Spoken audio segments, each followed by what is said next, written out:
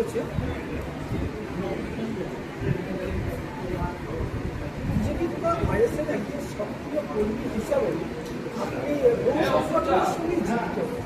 আজকে আপনি অতিরিক্ত গোরক্ষা মহাসংঘে এসছেন, এনাদের কার্যকলাপ সম্পর্কে আপনার কি ধারণা বা আপনি কি বলতে চান? দেখুন, একজন স্বয়ংসেবক হিসাবে আমাদের মূল লক্ষ্য হচ্ছে বৈভবশালী এই ভারতবর্ষের গৌরবময় অতীতের পুনঃস্থাপনা, আর তার মূলে যে গো আধারিত ভারতবর্ষ, আর সেটা নিয়েই আমাদের কাজ। আদর্শ গ্রাম, একটা আত্মনির্ভর শক্তিশালী মজবুত শান্তিপূর্ণ গ্রাম রচনা আমাদের প্রধান লক্ষ্য।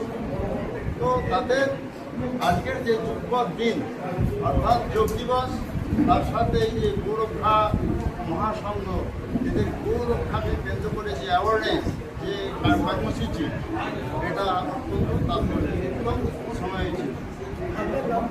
আমার নাম শ্রীশঙ্কর দে, আমি রাষ্ট্রীয় স্বয়ংসেবক সংঘের একজন স্বয়ংসেবক।